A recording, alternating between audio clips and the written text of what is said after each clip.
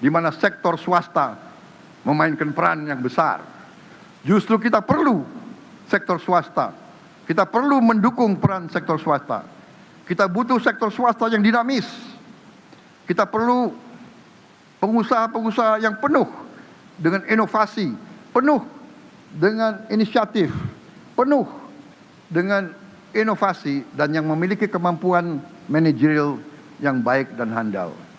Justru saya selalu mengatakan bahwa perekonomian kita yang kita sebut sebagai ekonomi Pancasila atau ekonomi jalan tengah, atau istilah yang lebih populer dari dalam perkembangan perekonomian dunia, kita harus bangun Indonesia Incorporated. Perekonomian kekeluargaan, semua bergotong royong. Itu arti gotong royong.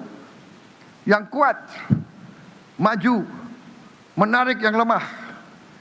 Yang lemah berhimpun, melaksanakan usaha bersama dalam bentuk-bentuk koperasi. Tidak boleh yang kaya menang sendiri dan membiarkan yang lemah terlantar. Justru kita maksudkan bahwa ekonomi yang cocok untuk Indonesia adalah ekonomi jalan tengah. Ekonomi yang berani mengambil yang terbaik dari sosialisme dan yang terbaik dari kapitalisme. Kita butuh peran negara. Kita butuh perlindungan negara. Kita butuh pengawasan dan kita butuh keberpihakan dari negara untuk menjamin keadilan dan pemerataan. Tapi kita juga perlu yang terbaik dari mekanisme pasar. Kita butuh yang terbaik dari ekonomi pasar bebas. Yang saya sebut tadi, inisiatif, inovasi, persaingan, keberanian mengambil risiko, manajerial yang baik. Kita harus menumbuhkan golongan pengusaha yang baru, yang muda-muda. Untuk itu, pemerintah ingin membuka pendidikan kewirausahaan, pendidikan entrepreneurship. Kita ingin anak-anak muda, jangan semua minta jadi ASN, jangan semua minta jadi pemerintah, tapi harus berani untuk bersaing dengan dunia usaha lain. Dan kita harus bantu. Kita punya anak-anak muda yang hebat-hebat. Kita punya banyak ribuan anak-anak yang hebat-hebat. Ini yang sedang kita godok bersama untuk kita beri. Tidak hanya pendidikan entrepreneurship. Begitu dia selesai, kita juga harus memberi kredit startup. Kita harus dorong mereka, memberi kesempatan mereka untuk tumbuh jadi pengusaha-pengusaha yang kuat, pengusaha-pengusaha yang baru. Demokrasi ekonomi artinya janganlah yang itu-itu saja. Ya, saya minta bank-bank Himbara, cobalah menjadi bank yang patriotik. Ya, jangan dia lagi, ya kan? Yang dikasih kredit orang yang sudah kaya. Kalau dia sudah lama terima kredit dari pemerintah, ya sudah berjuang dong. Masa terus-menerus dikasih kepada mereka? Ya. Kemudian orang miskin, orang kaya disuruh bayar bunga lebih tinggi daripada pengusaha besar. Ini saya kira sudah di luar akal sehat. Saya perintahkan bank-bank pemerintah robah, turunkan bunga-bunga untuk rakyat miskin, saudara-saudara sekalian.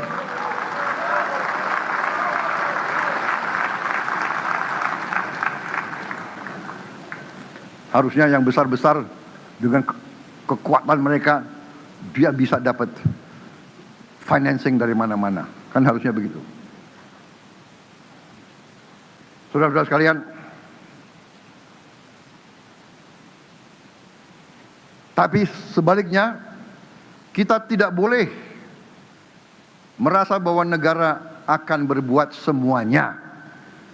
Kita tidak ingin, kita ingin justru menumbuhkan peran swasta yang lebih besar. Tapi besar, tapi benar, Jangan besar, tidak benar. Kita juga harus mengakui prestasi banyak perusahaan-perusahaan kita yang bisa bersaing di tingkat global. Bagaimanapun perusahaan seperti Indofood sudah dipasarkan di seluruh dunia. Kalau saya ke Eropa, banyak orang Eropa nyarinya Indomie. Bahkan banyak negara Afrika menganggap itu produk mereka. Juga perusahaan seperti Mayora berhasil memasarkan Kopiko di lebih dari 100 negara. Karena mereka memiliki brand ambassador. Presidennya juga mendorong minum kopi di mana-mana.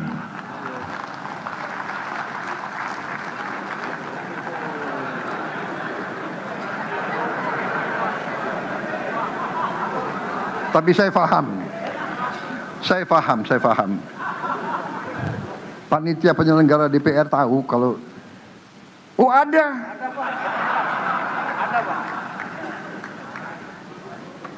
Saya mohon izin, boleh saya minum, Ibu Ketua?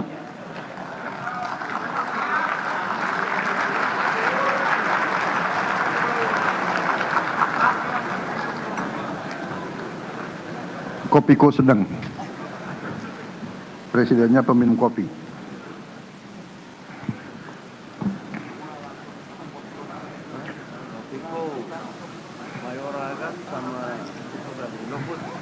Kita harus dorong perusahaan-perusahaan swasta kita unggul. Ada juga itu apa? S apa itu? S teler 77, ya kan? Hah? Berapa? Hah? 77 kan? Kalau orang Gerindra nggak mau bikin saingannya, S teler 88. Maaf, Ibu Ketua, supaya nggak ngantuk nih majelis ini. Saya hanya berhak atas Gerindra ya. Jadi saya cek, ada Gerindra yang tidur nggak?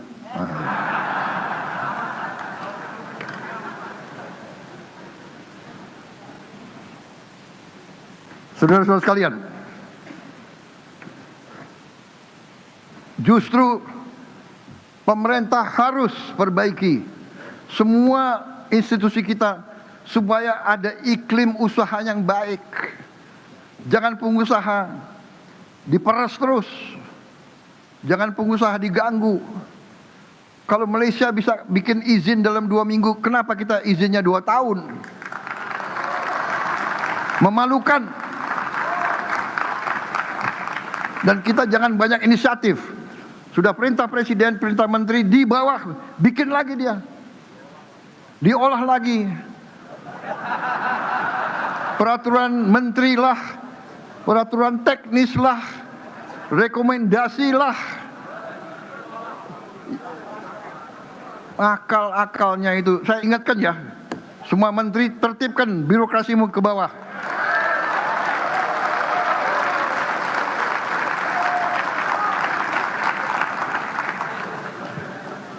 Waspada kalau birokrat itu, karena dia tuh pengalamannya lama. Kok masuk keluar kan tiap 5 tahun, ya kan? Itu kalau nggak di reshuffle, bener nggak? Mereka tuh lama. Nah, ciri khas birokrat yang dia akan minta tanda tangan pada waktu jam 17.30 sore. Kamu sudah capek, dia datang minta tanda tangan. Bener? Bener. Ini banyak dari Golkar yang senyum, berarti pengalamannya banyak gitu. Golkar banyak pengalaman ini soal ini. Karena saya mantan Golkar juga itu. Itu banyak mantan ketua umum Golkar di situ. Bahlil, Hartarto, mana Erlangga itu. Nah, ini. Mereka paling pengalaman itu. Minta tanda tangan sore, kita sudah penat, capek. Lihatnya, ini hati-hati tuh. Saudara-saudara sekalian, pengusaha dan pemerintah harus kerjasama. Saya ingatkan buruh, jangan kau minta aja terus, ya kan? Pengusaha juga kerja keras, pusing juga mereka. Harus bayar kredit ke bank, ya. Tapi pemerintah ingin bekerja sama. Kita banyak memberi perlindungan sosial supaya beban pengusaha juga tidak terlalu berat. Dan kita terbuka. Kalau ada pengusaha-pengusaha yang sulit, lapor kepada kita. Kalau dia minta penurunan tarif, ya kita bantu untuk sementara, jangan terus-menerus minta penurunan tarif pajak, iya kan? Kita mengerti, krisis dunia kita mengerti. Kita akan bantu, ya. Saudara-saudara sekalian, bila kita bersatu, bila kita kerjasama seperti ini, pengusaha, swasta, pemerintah, UMKM, ya kan? Pemerintah pusat, pemerintah daerah, semuanya kita kerjasama. Semuanya memiliki rasa panggilan yang sama. Kita akan menciptakan kemakmuran yang luar biasa. Saudara-saudara sekalian, kita sudah buktikan di krisis yang bikin panik banyak negara, Indonesia masih tenang. Kita tidak euforia, kita tidak sombong, kita tidak mau, tapi kita tenang. Kita tenang. Kita punya kemampuan. Saudara-saudara sekalian, pakar-pakar dunia, institusi-institusi dunia menaksir pada tahun 2045 yang hanya 19 tahun lagi Indonesia akan menjadi ekonomi kelima bahkan keempat terbesar di dunia. Ini bukan saya mengatakan. Saya sendiri tidak pernah bermimpi, berharap. Ya. Kita hanya ingin hidup layak. Tapi mereka mengatakan kita akan menjadi negara keempat, kelima. Bayangkan, kita akan menyalip Inggris, Prancis, Itali. Saudara-saudara, saya kalau ke luar negeri sebagai Presiden Indonesia, saya sangat dihormati sekarang. Sangat dihormati. Ya, bahkan mereka sekarang banyak negara minta bantuan ke kita. Mereka minta bantuan pupuk ke kita karena produksi pupuk kita lebih. Saudara-saudara, kita diminta bantuan oleh Australia. Kita berikan. India, Brazil, Filipina. Saudara-saudara, bayangkan Indonesia sekarang bisa membantu negara-negara lebih kaya dari kita. Ini jangan membuat kita sombong, tapi ini membuat kita harus lebih percaya diri. Memang masih ada banyak kekurangan, dan saya orang yang selalu mengajak, ayo kita berani menghadapi kekurangan kita. Kita berani menghadapi kesulitan. Kita berani menghadapi tantangan. Kita harus bisa atasi penyelewengan di ekonomi kita. Kalau demikian, kita akan tumbuh luar biasa. Saudara-saudara sekalian, banyak yang sudah kita capai. Saudara-saudara, karena kita memang sudah antisipasi ketegangan dan krisis yang mungkin timbul. Karena kita telah diberi warning dengan COVID, kita baru mengerti dan sadar. Begitu ada krisis dunia, negara-negara pengekspor pangan akan tutup. Waktu berapa tahun yang lalu Rusia mengalami kebakaran hutan yang besar, mereka tutup ekspor gandum. Harga pangan naik semua. Tidak hanya gandum, beras, jagung, gula naik semua. Begitu perang Ukraina naik lagi. COVID naik lagi. Jadi kita sudah antisipasi. Karena itu saya canangkan program utama saya adalah mengamankan pangan Indonesia. Kita harus swasembada pangan. Dan Alhamdulillah saya dibantu oleh tim pertanian saya yang luar biasa. Saya beri target 4 tahun, mereka hasilkan swasembada dalam 1 tahun. Saudara-saudara sekalian. Produksi kita tertinggi selama sejarah Republik Indonesia. Cadangan yang ada di gudang-gudang kita, di gudang pemerintah, cadangannya tidak cukup. Kita harus sewa gudang-gudang lain. Kita sekarang punya cadangan sudah lebih dari 5,3 juta ton beras cadangan. Cadangan beras Desember 2025 3,25, sekarang 10 Mei cadangan beras yang kita kuasai 5,3 juta ton. Saudara-saudara sekalian. Kita juga sudah amankan produksi pupuk kita. Untuk pertama kali dalam sejarah Republik Indonesia, harga pupuk kita turunkan 20%, saudara-saudara sekalian. Petani-petani kita sekarang bisa menikmati pupuk dengan jumlah yang cukup. Yang sekarang kita harus jaga adalah jangan sampai pupuk subsidi diselewengkan atau diselundupkan ke tempat lain. Ini harus kita jaga bersama. Saudara-saudara sekalian, masalah makan bergizi gratis. Makan bergizi gratis sekarang sudah dinikmati oleh 62,4 juta penerima setiap hari. Angka ini termasuk 6,3 juta balita, 2 juta ibu menyusui, dan 868.000 ibu hamil menerima MBG setiap hari. Kita juga akan memberi MBG ke 500.000 lansia yang tinggal sendiri, yang hidup sebatang kara, dan yang membutuhkan makan bergizi. Karena apa? Itu adalah perintah Undang-Undang Dasar pasal 33 dan pasal 34.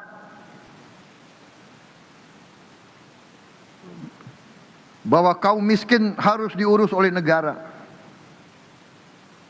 Saudara-saudara sekalian,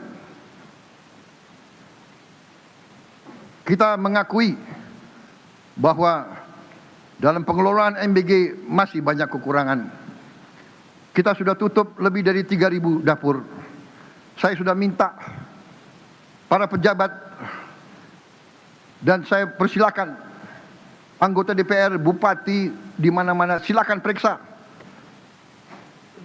semua dapur. Kalau ada yang tidak sesuai, laporkan segera. Akan segera kita tindak. Saudara-saudara, kita tidak akan mengizinkan masalah yang begini penting untuk diurus secara tidak benar. Saudara sekalian, setelah bertahun-tahun kita bercita-cita memiliki dana kedaulatan. Di tahun 2025 yang lalu kita berhasil membentuk dana kedaulatan kita, Sovereign Wealth Fund kita, yang kita beri nama Danantara, atau singkatan dari Daya Anagata Nusantara, yang artinya energi, kekuatan masa depan bagi Indonesia. Danantara ini sekarang memiliki, memanage lebih dari 1.000 miliar dolar kekayaan.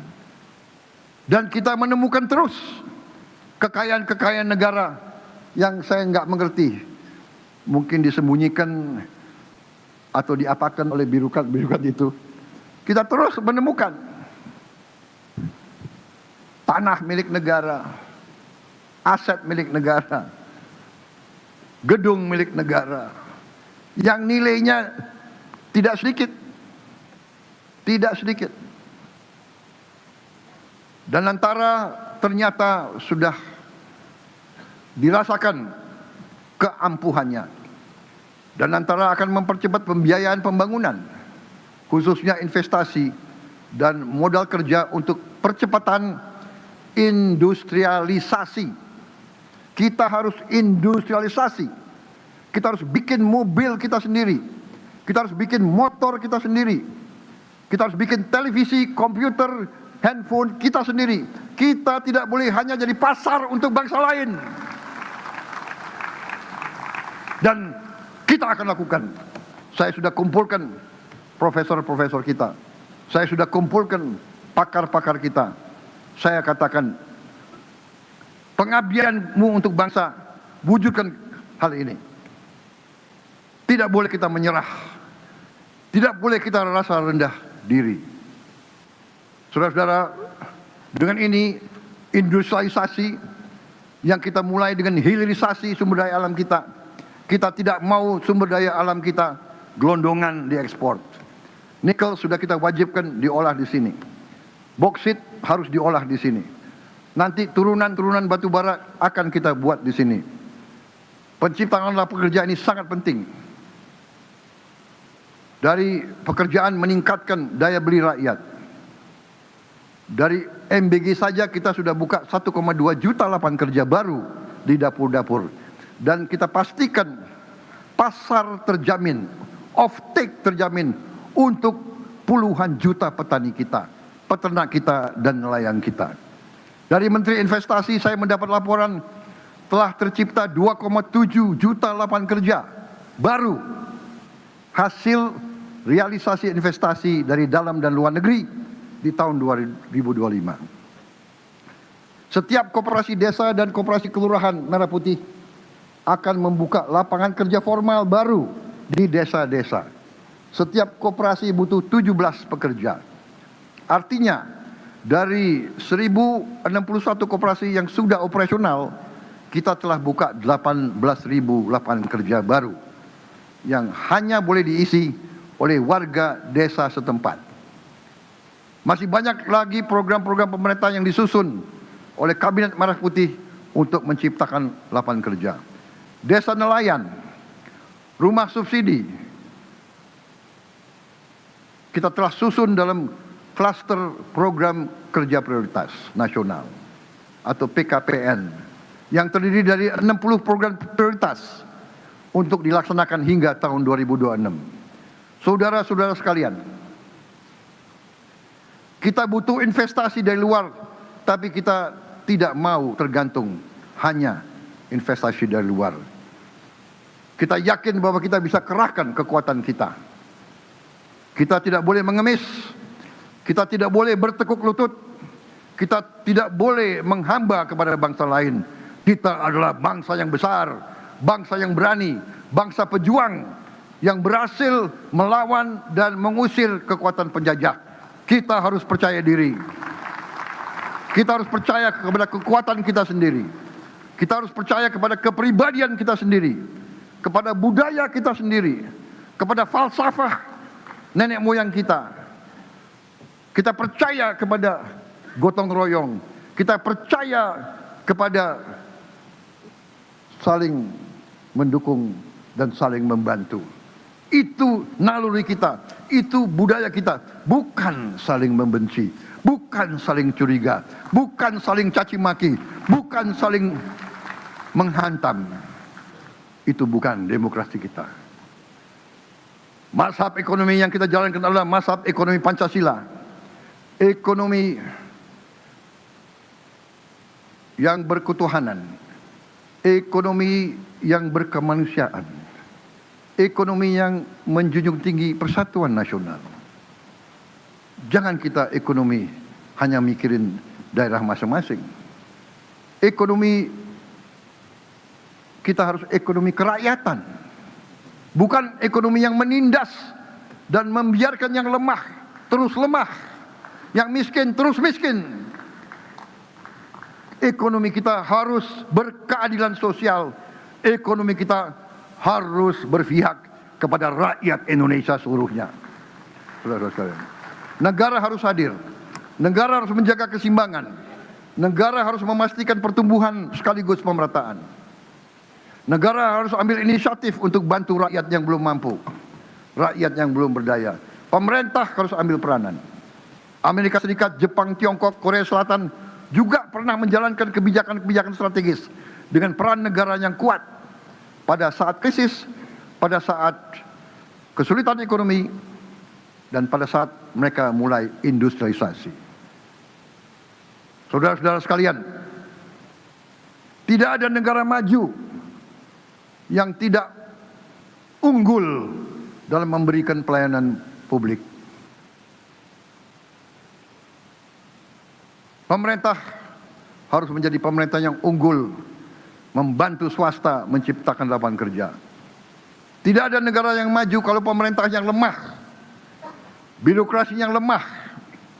Tidak ada negara maju kalau tidak ada kepastian hukum. Karena itu pemerintah saya telah menaikkan gaji-gaji guru. Ada yang sampai hampir 300% naiknya penghasilan guru-guru, hakim-hakim kita. Maaf, hakim.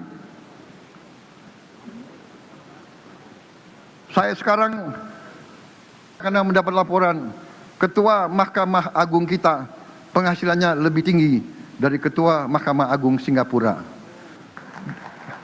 Dan juga hakim-hakim paling junior kita gajinya lebih tinggi dari gaji hakim-hakim junior di Malaysia. Saudara-saudara, ini langkah nyata untuk kita ciptakan institusi-institusi yang bersih. Kita tidak mau hakim-hakim kita disogok, dibeli. Kita tidak mau juga semua aparat-aparat kita lainnya seperti itu. Saudara-saudara, langkah-langkah yang harus diambil, kita harus perbaiki tidak hanya sistem tata kelola ekspor, sistem perekonomian kita. Kita harus berani memperbaiki institusi-institusi kita semuanya. Kita harus bertekad terus membangun pemerintah yang kuat, pemerintah yang profesional, pemerintah yang tidak korup. Kita harus bersama-sama menjaga semua. Para pengusaha mengeluh, mereka mengalami pungli-pungli yang terlalu banyak. Saya ingatkan semua kepala badan, menteri-menteri dan pemimpin-pemimpin lembaga-lembaga pemerintah untuk segera mengambil inisiatif membersihkan birokrasi yang masing-masing. Jangan ragu-ragu, yang melanggar tindak. Sekali lagi, semua institusi pemerintah harus bekerja dengan baik. Kita harus menghilangkan korupsi, penyalahgunaan wewenang, dan praktek-praktek yang menghambat perjalanan ekonomi kita. Saya ingatkan kembali, untuk kesekian kali, biaya cukai kita harus diperbaiki. Menteri Keuangan, kalau pimpinan biaya cukai tidak mampu, segera diganti.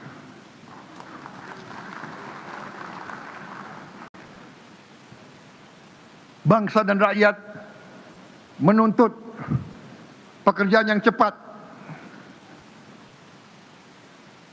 Jangan kita jadi pemerintah yang santai, pemerintah yang leha-leha, pemerintah yang kumaha engke wae.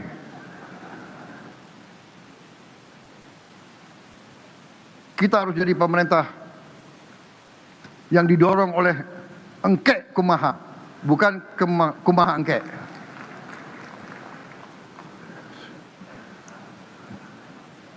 Kalau negara di sekitar kita bisa memberi izin usaha, bisa memberi AMDAL dalam 3 minggu, kenapa kita harus berbulan-bulan bahkan 3 tahun?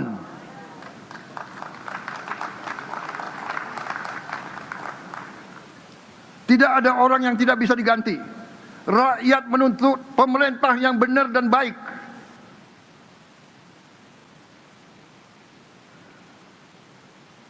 Jangan mentang-mentang sudah jadi ASN tidak bisa diberhentikan. Kalau enggak, suruh dia tinggal di rumah aja, biar dia malu sama istri dan anaknya. Pak, kenapa enggak ke kantor? Enggak, saya enggak dipercaya karena saya banyak korupsinya. Coba kau jawab kepada anakmu nanti. Ini tantangan kita bersama. Saya minta dukungan dari bapak-bapak dan ibu-ibu wakil rakyat. Ini untuk kita semua. Ini untuk masa depan kita. Ini untuk anak dan cucu kita. Kita harus jadi negara yang hebat. Kita tidak mau jadi negara yang lemah terus-menerus. Saudara sekalian, untuk itu saya menghimbau pemimpin-pemimpin pemerintah daerah di setiap tingkatan juga untuk bantu kita semua. Mari bersama-sama kita bersihkan aparat kita semuanya. Jangan mengira sekarang engkau jadi bupati, engkau jadi gubernur, kita tidak bisa monitor dari sini. Sekarang teknologi sudah hebat, cepat kita akan tahu kalau ada penyimpangan. Saudara-saudara, saya sedih kalau yang sekarang pejabat masih coba korupsi. Cepat ketahuan.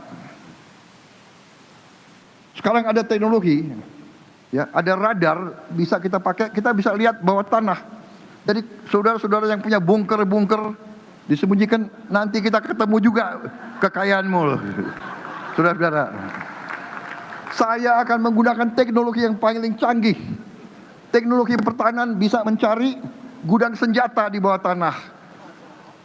Radar sekarang bisa mencari, ranjau bisa mencari. Kita akan pakai untuk mencari bunker-bunker di sekitar kau.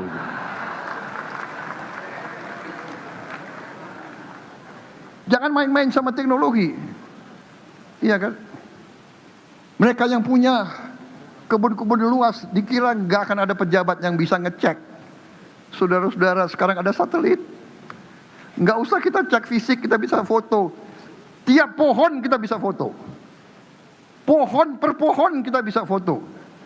Jadi kau mau nipu bagaimanapun, kita akan ketemu penipuan kau, saudara-saudara sekalian. Tapi biasanya mereka-mereka itu ada backingnya. Backingnya biasanya seragamnya itu kalau nggak hijau ya coklat. Betul? Saya ini sebagai senior, saya sebagai alumni, saya nggak ragu-ragu. Jangan mencemarkan TNI dan Polri, saudara-saudara sekalian. TNI dan Polri adalah tentara dan polisi milik rakyat, harus berjuang untuk rakyat. Rakyat kita sudah tidak bodoh lagi.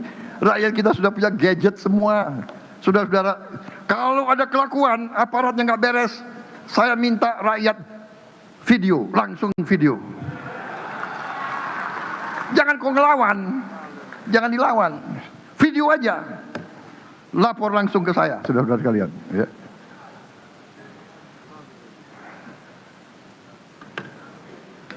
Sudah lama saya jadi orang Indonesia.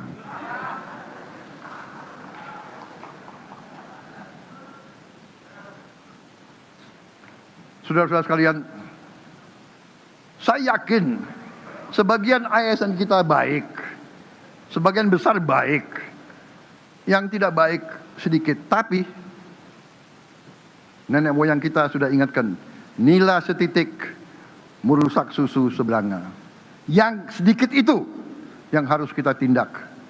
Yang namanya deep state. Deep state itu merasa dia kebal karena pemimpin politik gonta-ganti kan. Oh, dia nanti kalah pemilu, ya kan? Dia out. Menteri saya bilang 5 tahun maksimal, ya kan? Nggak beres 2 tahun udah diganti. Dia nongkrong terus, nunggu pemimpin capek, langsung minta tanda tangan. Saudara-saudara sekalian, pimpinan dan para anggota dewan yang saya muliakan, dengan dukungan dari dewan yang terhormat ini, pemerintah yang saya pimpin bertekad untuk kembali di mimbar ini bulan Agustus yang akan datang untuk menyampaikan laporan tentang kemajuan-kemajuan yang telah berhasil menjelang kemerdekaan negara kita yang ke-81 tahun. Saudara-saudara sekalian, sudah banyak yang kita capai. Koperasi Merah Putih sudah 1061 yang operasional. Target kita di bulan Agustus, kita akan operasionalkan minimal 20.000 koperasi. Dan di akhir tahun harus di atas 60.000. Koperasi ini adalah rantai pasok pertama di Republik kita yang bisa dikuasai oleh pemerintah. Koperasi ini akan mempermudah logistik, akan menjadi motor pertumbuhan dan kesejahteraan di tingkat yang paling bawah, akan mengakibatkan ratusan triliun berputar di desa, kecamatan, dan kabupaten, akan membalikkan arus keluar dari luar negeri menjadi berputar di desa, kecamatan, kabupaten.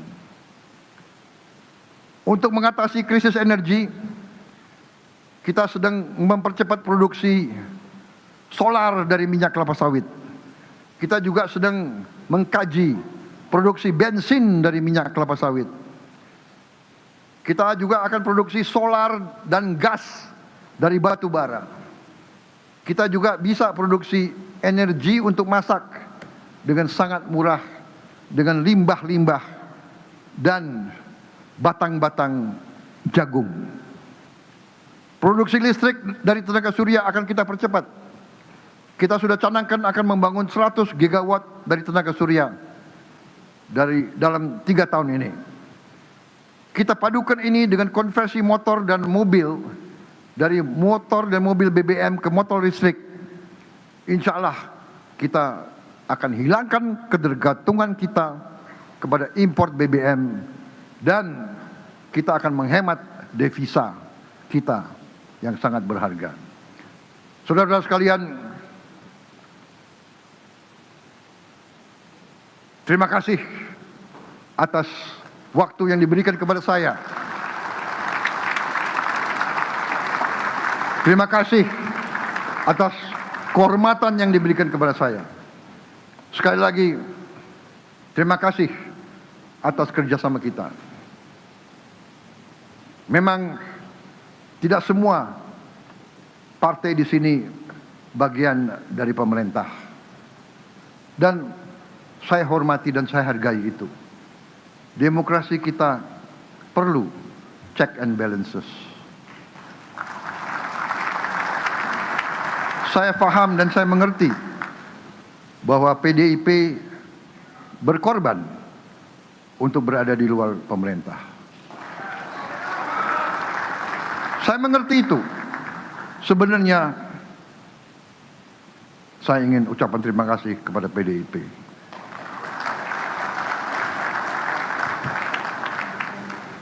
Saudara berjasa untuk demokrasi kita. Memang maunya saya itu gotong royong. Kalau semua partai di pemerintah, alangkah manisnya. Alangkah manisnya untuk saya. Tapi mungkin tidak baik. Setiap pemimpin harus mau dikritik. Setiap eksekutif harus diawasi.